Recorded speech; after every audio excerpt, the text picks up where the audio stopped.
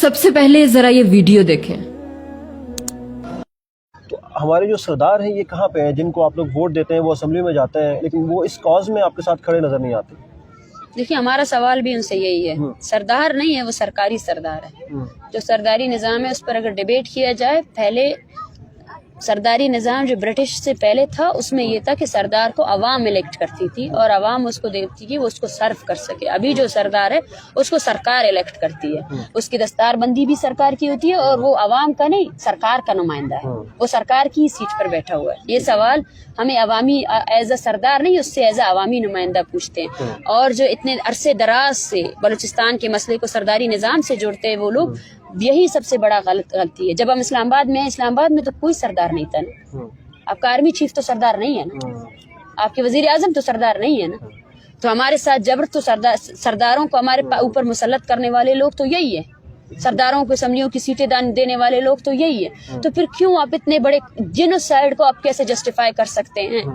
आप ये बताएं कि अगर आपके आशीर्वाद जो आप ये स्पॉन्सर कर रहे हैं सरदारों को, अगर आप ये हटा देंगे तो क्या आम लोग इसको मानेंगे कि वो सरदार है? कोई नहीं मानता है। ऐसे है। तो जस्टिस काजी फाइजा के हवाले से क्या आपके ख्यालात हैं कि वो आपकी सपोर्ट करेंगे इस मामले में? देखिए, मैं बार बार इस बारे में मुसलसल बात भी कर चुकी हूँ कि वो मेरे समेत जो है ना, वो उनका काम है, वो चीफ जस्टिस इंसाफ फराहम करने वाला सबसे बड़ा अदारे के हेड है, तो ये इनकी जिम्मेदारी है, तो वो करनी चाहिए। बलूचिस्तान से है, वज़ीर दाखिला बलूचिस्तान से हैं, तो वो नहीं कर रहे हैं इस पे।